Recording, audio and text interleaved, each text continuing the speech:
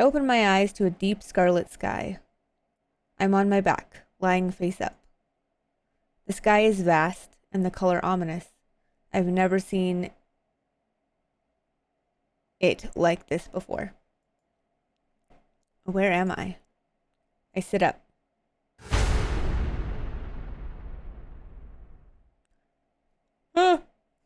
There's nothing here. A wasteland stretches to the horizon, nothing but rocks and dust as far as the eye can see. No plants, no water. No sun, no moon. No warmth, no cold. Not a single breath of wind. It looks like hell. A frozen world. It can't be Earth. Mars, I could believe. Why am I here? This must be a dream.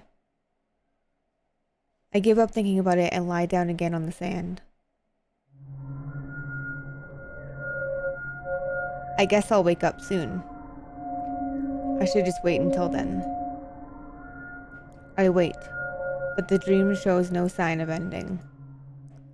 Have I ever had a dream this lucid before? There's a terrible ringing in my ears that keeps me awake. I realize that it's the sound of silence. My belongings are gone. I have no watch, no phone. The lack of motion numbs my sense of time. How long have I been lying here? It might have been only a second. It might have been 3 days. An epiphany. The concept of time is a human construct. The universe at large has no use for it. Time is a cage that we created to feel secure. Within its walls, we can forget our own insignificance. I'm thirsty. It hurts to breathe. This void is no place for a human. We're not strong enough to live in a world without time. Tears fill my eyes. What do they mean? I no longer know. I want to die. Yes, let's die. But what is death? To be frozen in time? Time stopped for me long ago. How can I die in a world that is already dead? Everything inside me is crumbling away. Who am I? I can barely recall. My soul is melting into the void. Is someone there? Anyone? Something moves in the corner of my eye. Impossible. I try to move my eyes, but I've forgotten how. Found you, Ocarine. A pleasant voice silences the buzzing in my ears. It reminds me who I am, Okabe Rintaro. This time, my eyes move. There's a girl sitting on a nearby rock. I recognize her. My frozen brain comes alive. Her presence breathes new life into this dead world. Mayuri? My brain is still half asleep, and I cannot speak. It's Mayuri, Shina Mayuri, my oldest friend. She smiles at me, swinging her legs. This is the Earth, you know? 70 million years ago. Some scary people sent you here in a time machine. This is a dream, right? Miyushi went looking for you and found ocarines from many, many world lines. You're one of many ocarines and also the original. Sorry guys, give me a second. There we go. Miyushi is one of many Miyushis and also the original. And now Ocarine and Miyushi are going to die here. This is a dream, right, Mary? But I know that another Ocarine and Miyushi will pick up where we left off, 70 million years in the future. So everything's A-okay. This is a dream.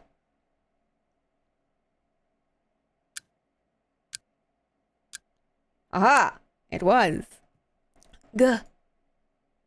I jerk awake on top of the sofa. My body's drenched in sweat. It was a dream. I must have fallen asleep sometime around noon. What a horrible nightmare. I guess that threatening email I got is still weighing on my mind. Still, Mayuri had to save me? Even in a dream, that's unacceptable. I'm the one who saved her. That's the way it should be. Besides, Mayuri's not smart enough to talk about time travel like that. I sit up and look around the room. She's right where I expect to find her. In front of the TV, watching a Rainet Kekaru DVD. On the screen, the Upa riding Kakaru's shoulder is screaming something unintelligible. I wish I had an Upa. I look at her sitting there all spaced out. Mayuri needs my protection. That dream was wrong. Oh, I'm kind of in the way, sorry. I chug a Dr. P and check my phone. There. Now you guys can see the phone better. And I'll just read you what's behind me so you won't miss much. I chug a Dr. P and check my phone. No new emails. I sent Teeter a mail several hours ago just to make sure that he isn't really Suzuha's father. He hasn't replied yet. Obviously, Daru and the others don't know that I changed the past.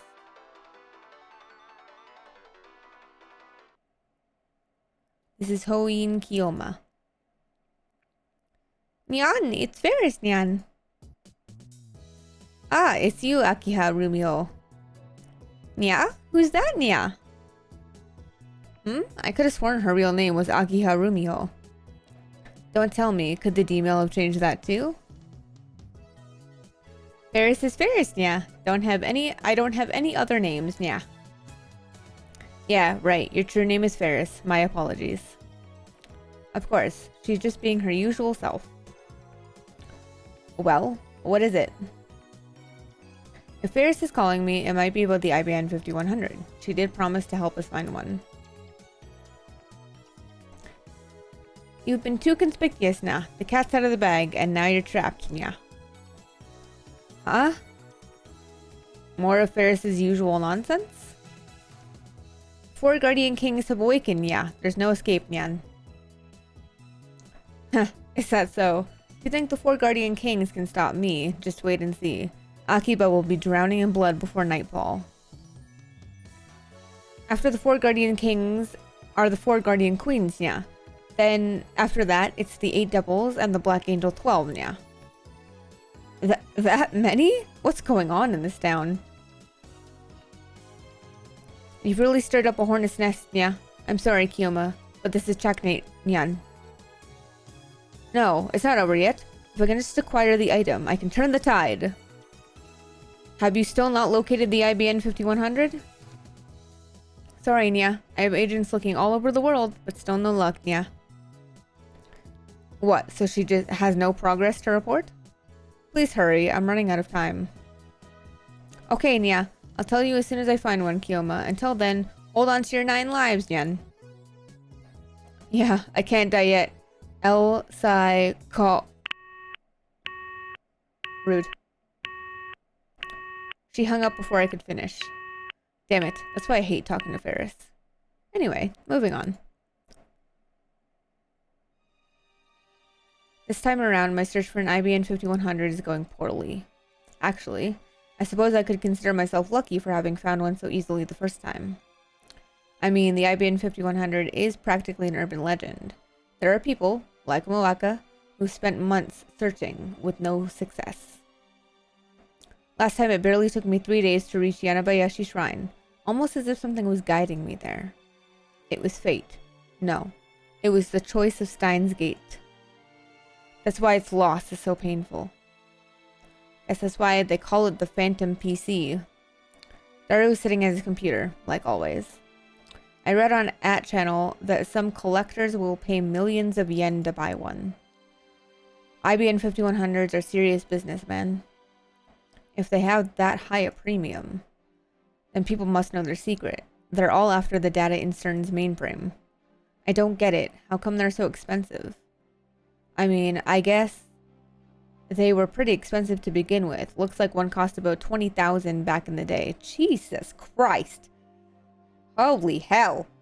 What? $20,000 for a computer? Jesus Christola.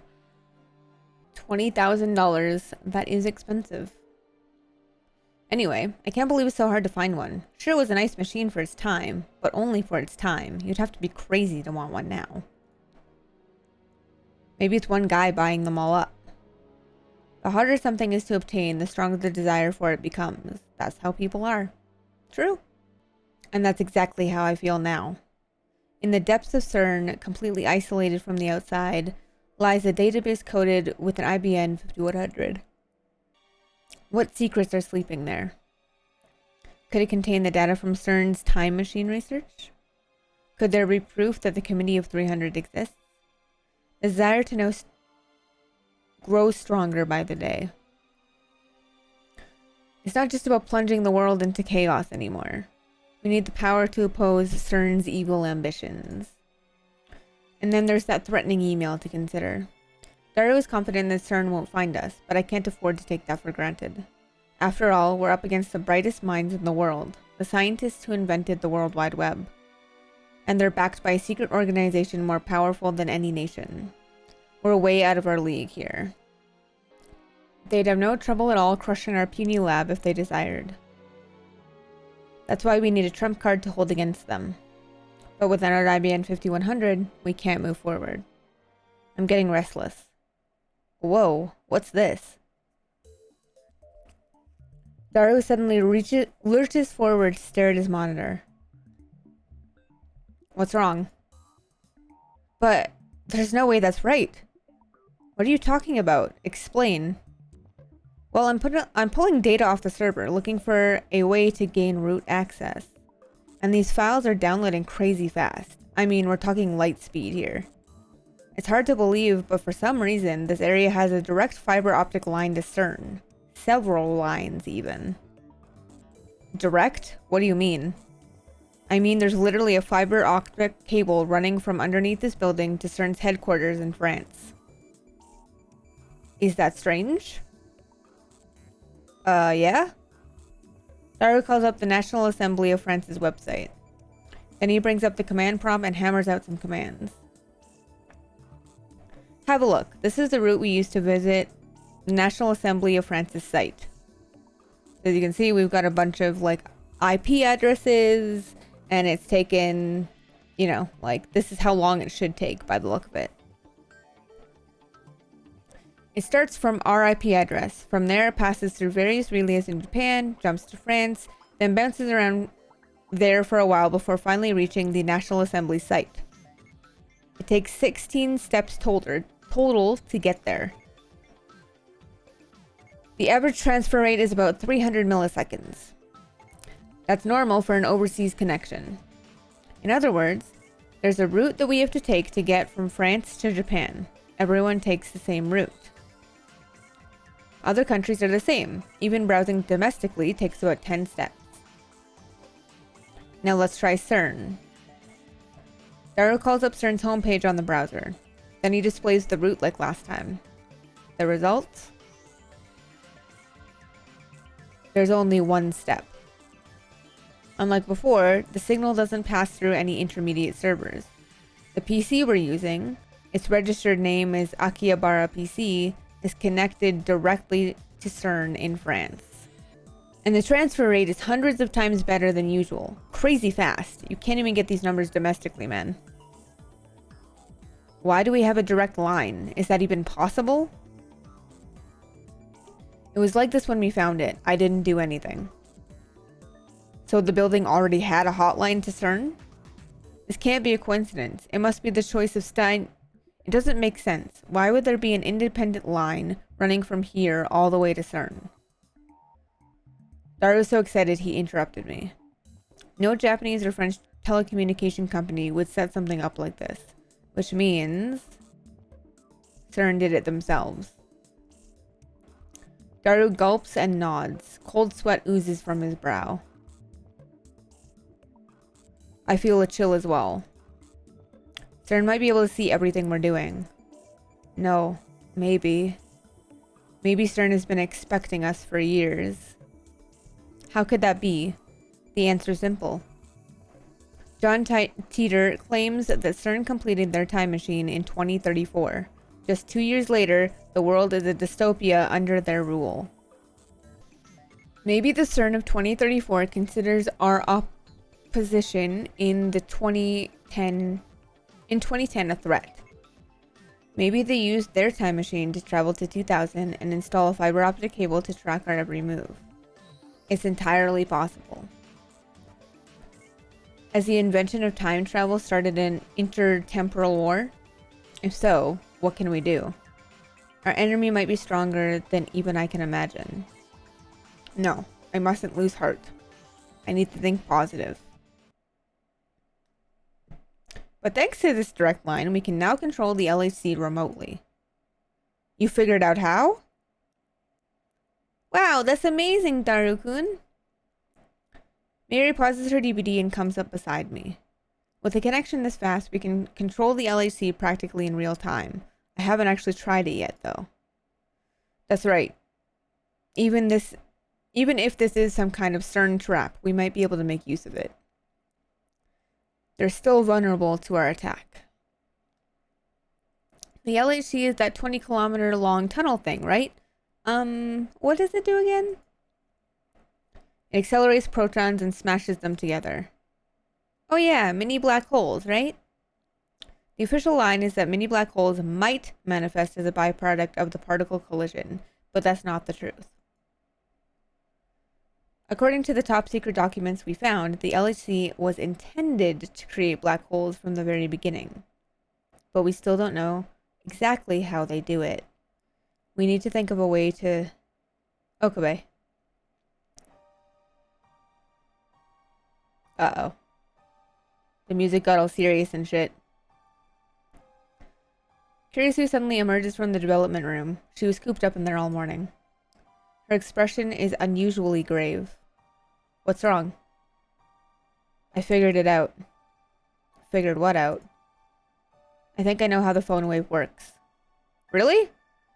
Kirisu nods. She still hasn't smiled. Keep in mind that this is just a hypothesis based on what we've observed. It's closely related to what you guys were just talking about, the LHC. I believe it was you, Christina, who called the LHC the world's largest microwave. Yes, exactly. My hunch was right. You've created a monster, Okabe. A monster? It doesn't belong in some amateur lab, and before you take that as an endorsement of your abilities, I mean it in a bad way. Kirisu clutches her arms as if to keep from trembling. Give me details. Did you know that the microwave weapon was invented as a byproduct of radar research? What? Daru and I nod. Mayuri shakes her head. We read up on all that back when the phone wave name subject to change started acting weird. Also, as a by the way, I'm not going to say name subject to change every time Okabe's talking about the phone wave. It's the fucking phone wave, okay? Microwaves are electromagnetic waves with a frequency of 2.45 gigahertz. The phone wave is a commercial grade, so its output is around 1500 to 2000 watts. Here's the important part. Kirisu goes on to explain that the electromagnetic waves output by the microwave are somehow connected to the electromagnetic waves output by the phone. In fact, you could say they fuse together. According to Daru's blueprints, the microwave and the phone are made to send out shared electromagnetic waves by taking their leads and hardwiring each of them to the magnetron's cathode and anode. On one hand, we have the microwave's super strong electromagnetic waves, originally a byproduct of the military's research into radar technology. On the other, we have the cell phone's standardized electromagnetic waves, a frequency now ubiquitous throughout the world. What happens when you fuse those two waves? Both devices use electromagnetic waves. I'm not a specialist though, so I can't examine the extent or magnitude of the influence that fusion has. But hypothetically, if the cell phone were to become a stepping stone, scattering the military-grade electromagnetic waves over a vast range of hundreds of kilometers. Then not just Akihabara, but all of Tokyo would turn into the inside of a microwave oven. Shit. Taking into account the slight variance due to body weight, the average time until death for the people inside would be 3 minutes. Seriously? And the phone wave's a weapon of mass destruction, isn't it?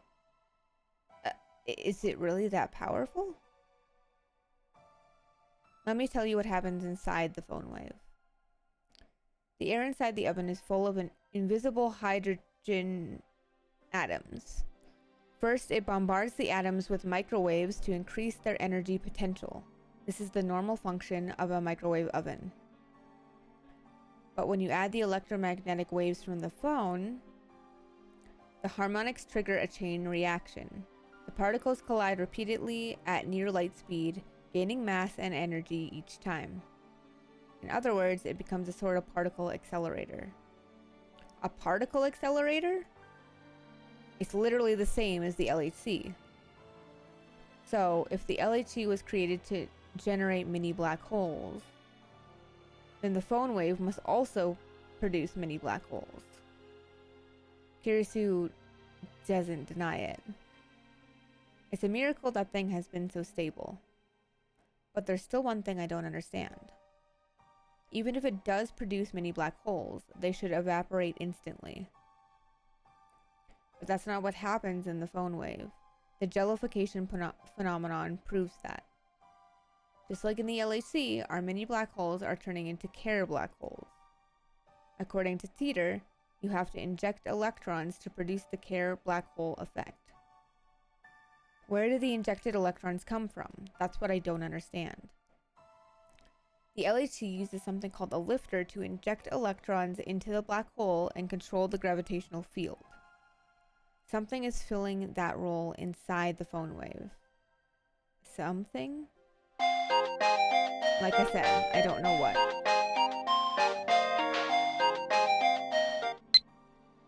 Part-time warrior, oneself. It's easy to pretend to be someone you're not. Ultimately, there's no escaping the contradictions between your false self and the real you. It's a paradox. The paradoxes can't hold. I tried to tell myself that I didn't need anyone, that forming bonds would only hurt. But somehow I ended up joining your circle of friends. I still don't know if it was for the best. No, I'm sure it was. Without you, I would have given up on finding my dad. I don't know why I wrote all this. I guess what I was trying to say was thanks. Are we sharing confessions now? Be careful to whom you expose your innermost feelings. They may use them against you. All Kurisu's explanation does is confirm our hypothesis that the phone wave functions the same as the LHC. Looks like we need to review what the LHC is. It's time for our LHC Moe guide to shine. LHC stands for Large Hadron Collider. Hadron? It's the name of an elementary particle. The LHC is basically a huge circular tunnel underneath Switzerland and France. It sits about 100 meters below ground and has a total length of 27 kilometers. There are 2 rings that run through the tunnel. Inside the rings is a super low temperature vacuum. An environment like outer space, basically. Seriously, Moe.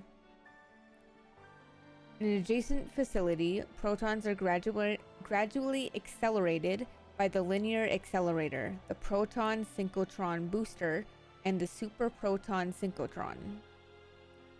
Finally, they're injected into the LHC, where they undergo their final acceleration via a series of superconducting magnets installed in the tunnel. By now, they're traveling up to 99.999991% speed of light. That's not enough to melt your brain. Not as dangerous as the phone wave, though. Sorry, that is enough to melt your brain. Not as dangerous as the phone wave. Finally, the accelerated protons collide approximately 1 to 10 billion times per second. The purpose of the LHC project is to study the high energy reactions that result, or so they say. We know they're a bunch of stinking liars. I guess that about covers it.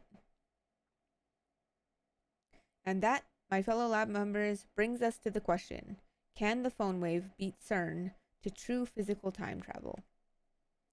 2 problems. 1, setting the destination. 2, the lifter. We've already established that the D-mail arrives precisely when and where it's supposed to. It's dangerous to accept that without verification. Agreed. As for the lifter, we already know it exists, we just need to figure out what it is.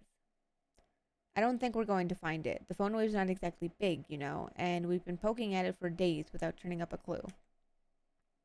Even if we do find it, it'll take forever to learn how to tune the electron feed properly.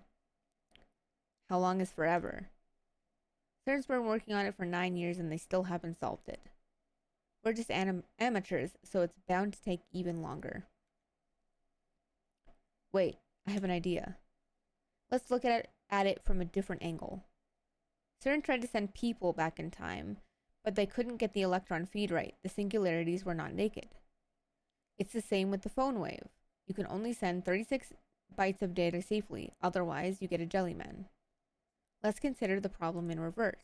What if we could convert a human to data, then compress that data into just 36 bytes? We could send that person through the ring singularity just like a D-mail, couldn't we? Convert a human to data? That's not even possible, man. And even if it were, there'd be like exabytes of data or something. You want to compress that into 36 bytes? Are you high? I thought it was a good idea. I guess it's not that easy. The barriers to time travel are just too high. I turned to Kirisu, meaning to ask her opinion, but then I realized that her expression has changed dramatically. Her eyes are wide as saucers and her mouth is hanging open. Of course, if it works, then maybe. She pauses for a second and then, maybe we can do it. Do what? Time travel? It's hard to believe what Kirisu is saying, even though it was my idea in the first place. Are you serious? Kirisu grins triumphantly in response. The data compression part, at least, is easy. We can just use the black holes created by the LHC since the black holes compress everything they swallow. Compression won't harm data like it would harm a human. As long as we're just sending data, there's nothing to worry about. I get it. But wait, can we really pull off such a stunt? And besides, how do you plan to convert humans into data? You know that my thesis got published, right? This is no time to flaunt your accomplishments. Have you read it? I haven't. I've got scans if you want to read it. Daro opens up his image folder, scrolls past tons of 2D porn, and opens up the scanned image. The scanned image. Sure enough, there's Kurisu's name in big English letters. The title of my thesis is Analysis of Memory-Related Nerve Impulses in the Temporal Lobe. Temporal lobe? Nerve impulses? What, you didn't know? No, wait. This can't be right. The title sounds like, neuroscience, not physics. I'm a neuroscientist. Got a problem? What? I can't believe it. From the way she talks about particle accelerators and time travel theory, I was sure she had to be a physicist. No, forget about that. How is this related to time travel? Converting an entire human to data is impossible. But converting a human's memories may be possible. Converting memories to data? Kirisu proceeds to explain her thesis. Memories accumulate in something called the hippocampal gyrus, or hippocampus, which is located in the temporal lobe of the brain. But what exactly are memories? Kirisu's thesis analyzes that question from a neuroscientific perspective. These are big fucking words, you guys. Jesus Christ. All of the brain's functions manifest as electrical signals running through its neurons. Even memories are written to the hippocampus by electrical signals. Kirisu analyzes how specific electrical signals correspond to specific memories. The mechanisms by which humans recall memories can be likened to a word association game. You begin with a vague, abstract image, which calls successive images from increasing clarity. Imagine a chest of drawers. Each drawer is filled with tiny boxes, and inside each box is another bunch of tiny boxes. You keep opening boxes until you find the memory you're looking for. Kirisu discovered that the number of retrieval commands, nerve impulses used to search up memories, is surprisingly low. Out of hundreds of millions of nerve impulse patterns in the brain, only a few thousand are related to memory. It was a successful analysis of these patterns that earned Kirisu and her research team critical acclaim in the scientific community. Now, before you ask how this relates to time travel, there's one more thing I need to explain. Several years ago, my lab, the neurophysiology lab at Victor Kondria University, developed a technology called visual rebuilding, or VR for short. Interesting, VR is supposed to be like virtual reality. Put simply, it enables conversion of video data into nerve impulse signals. Oh shit. Oh shit. Used in reverse, it can also convert nerve impulses into video data or any other kind of electronic data. So if we combine VR technology with my research, do you see where I'm going? No way. We can convert memories into data? Not just that, memory transplantation, backups, external storage, all of those things become possible. It's like science fiction. In a sense, this technology could be used to copy a person's soul. According to Kirisu, some religious groups strongly oppose this research, as you might expect. On the other hand, the medical community is ecstatic about the possibilities. In any case, it's amazing that my assistant here was able to make such an incredible discovery. Of course, she did have a university supporting her, but still. So basically, what you're saying is that we convert the subject's memory into video data, use the LHC's black hole to compress the data into 36 bytes, send that data through the Care black hole inside the phone wave, and finally imprint those memories on the subject's brain in the past. What does that mean? We can send our memories back in time. In order to differentiate it from physical time travel, let's call it a time leap for now. You don't go back, just your memories. It's so crazy that nobody's thought of it before. She's right, the idea is ridiculous, which is exactly why none of the geniuses at CERN could come up with it. But this union of physics, neuroscience, and neurophysiology will make the impossible possible. To transfer memories into the past via cell phone, to time leap. The important thing to remember is that only memories are being transferred. Personality and consciousness aren't included. What does that mean? How is it different from what you see in sci-fi novels? Time leaping in a sci-fi usually sends everything: consciousness, personality, and memory. But in real life, there's probably too much data, and besides, we've only analyzed memories. Think of consciousness, personality, and memory as separate things. Memories are like the video data stored on your computer, and consciousness and personality are like the OS. But videos can take up way more space than the OS. It's just an example. For starters, it's still not clear where the personality and consciousness are located or how they are constructed. So we can't convert them into data, or at least I can't. So we can only send memories. Where does that leave us? Your memories aren't the only thing that define you. Even if you send your memories into the past, it will be the receiving u's consciousness and personality that process them. So in Mindor's terms, it's like copying data from a Vista computer to a Min 95 computer. I think that's supposed to be Win as in Windows 95. That's pretty fucking funny. Data created with the latest OS might not work on an older OS. It might cause errors. For example, if you sent your current memories to yourself in elementary school, the gap between your memories and your body would have serious consequences. Anyway, is it correct to assume that we'll be targeting ourselves in the past? Kirisu nods at my question. Just like with the D-mail, we're using cell phones as the transfer medium. To be precise, you can only leap into your own body, and if you had a cell phone at the time of reception. There was an exception in Rukako's case where we sent a D-mail to a pager, but that doesn't apply to time leaping.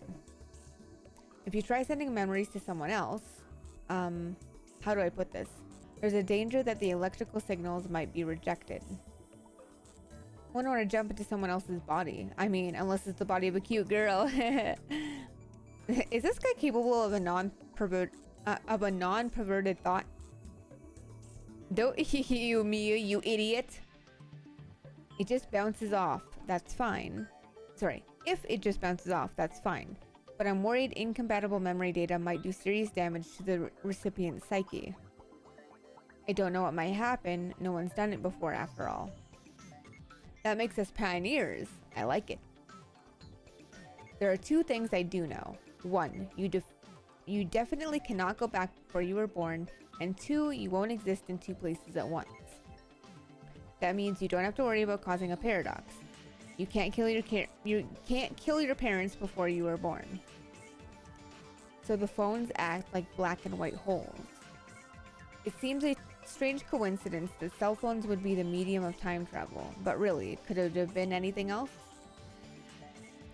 These days, people wear their phones like a second skin. No other medium could reliably deliver the memories to their intended target. The more I think about it, the more I realize that this was meant to be. I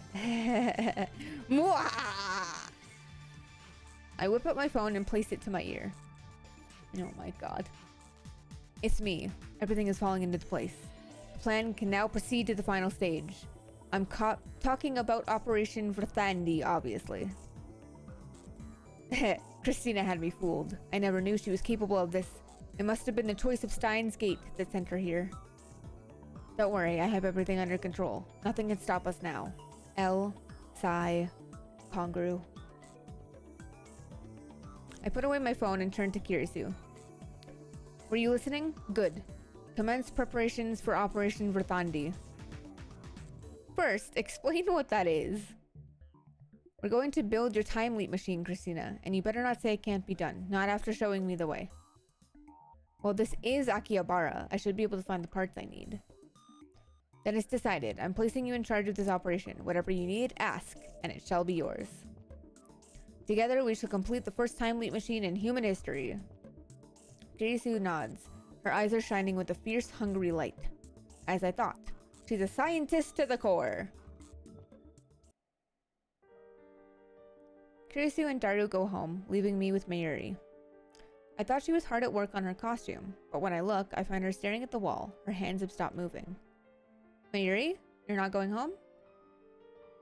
She usually doesn't stay this late. Her parents might be worried. I was just thinking about what Ocarine and Christian were talking about earlier.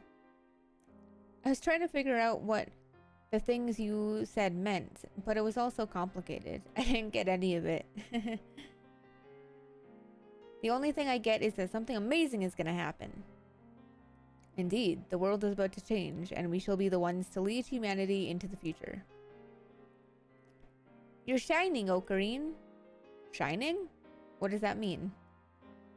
You're shining, Christian, too, like two bright stars in the sky. That must be my aura of madness you're sensing. Mwahaha! You know, it's been 10 days since Christian joined us. Can I tell you how I've been feeling? Since Christian became a lab mem, it feels like things have really started to happen. Like we're a real lab now, you know? I must admit, her knowledge has been a great asset. Of course, the girl genius would never have joined us if not for the cunning of Hoin Kyoma. That's why you're shining so bright now, Ocarine. Christian is a really big help to you. I know. But I can't do anything to help.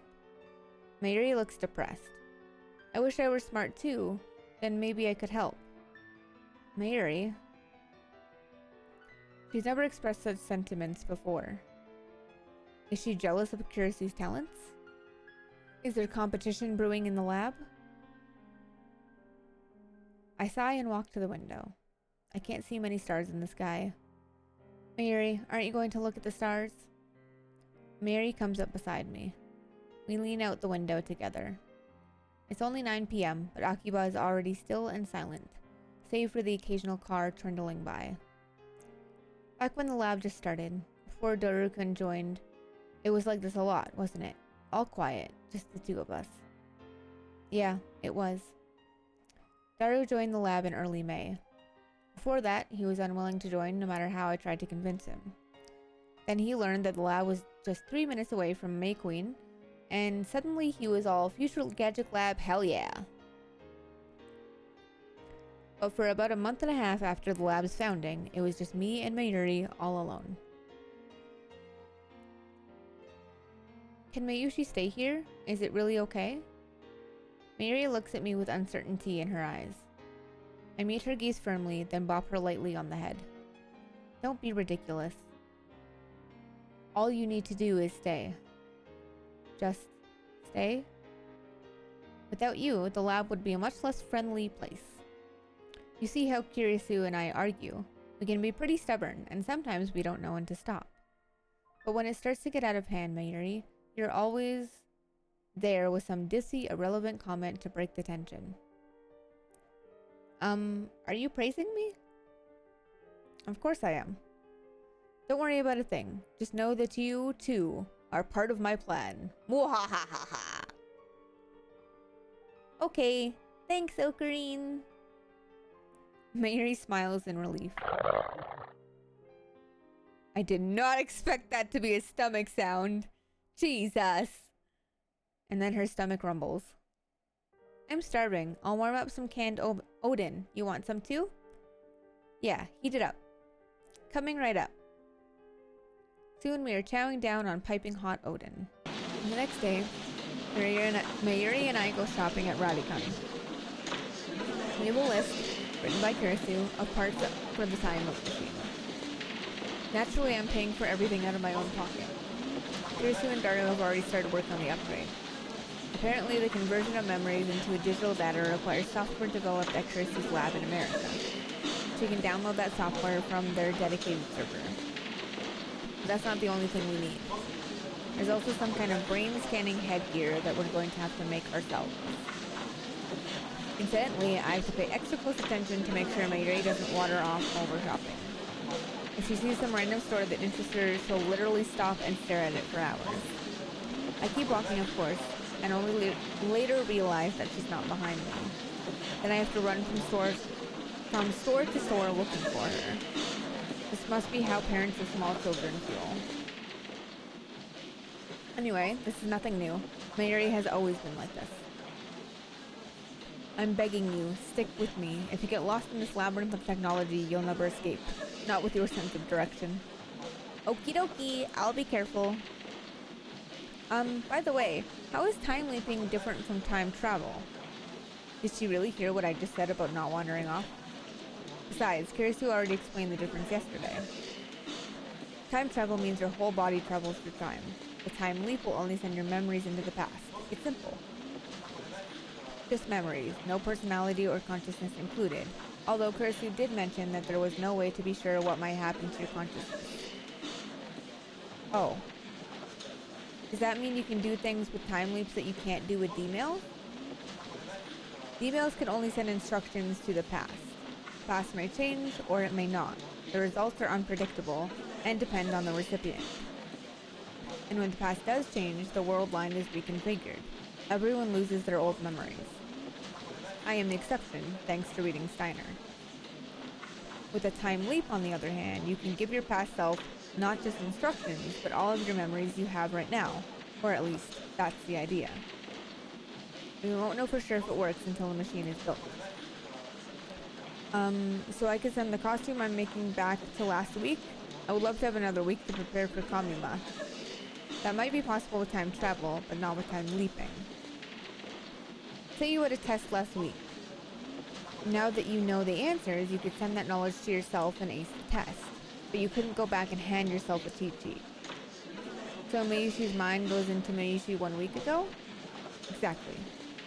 While this conversation has been going on, I've been steadily purchasing items from Kirusu's shopping list. You can't bring stuff, but you can bring your memories. I get it. But then what about Mayushi 1 week ago? Where do her memories go? I assume they get overwritten. We haven't tested it yet though, so there's no way to be sure. She disappears? Your memories right now include your memories from back then, so even if she does disappear, you won't really lose anything. I guess you could say you're just adding your memories from 1 week in the future. And if my Mayushi's memories leap into Mayushi 1 week ago, what happens to Mayushi now? Mayuri is asking some pretty philosophical questions today. But I guess anyone would ask the same. Mayushi's memories jump to the past, but my body's still here, right?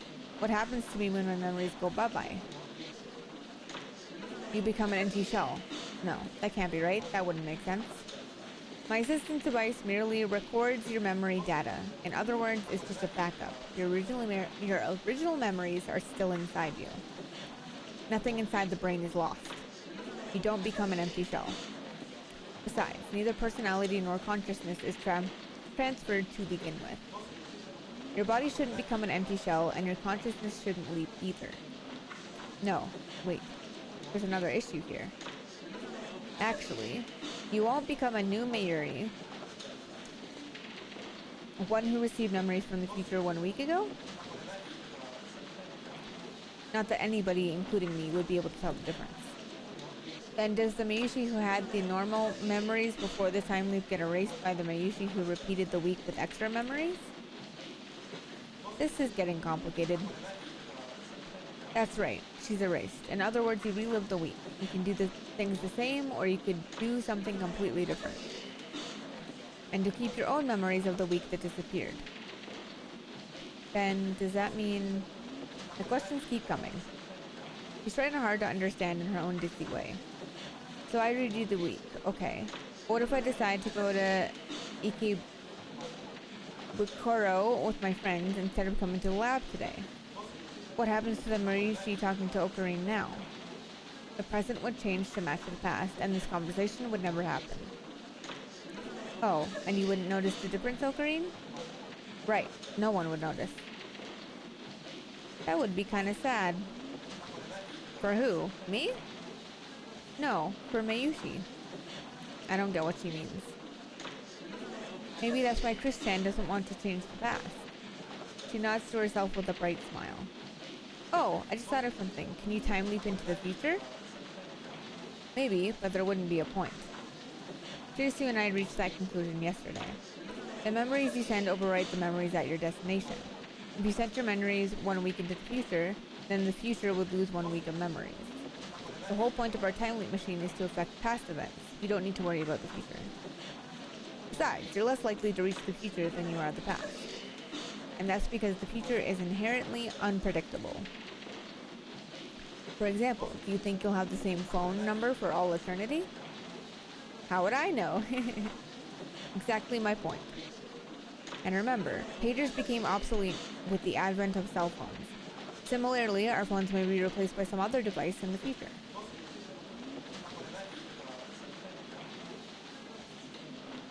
Alright guys, I'm going to end this here, and we will pick back up in a little bit. Thank you so much for watching, much appreciated. And I will see you guys in the next episode of Steins.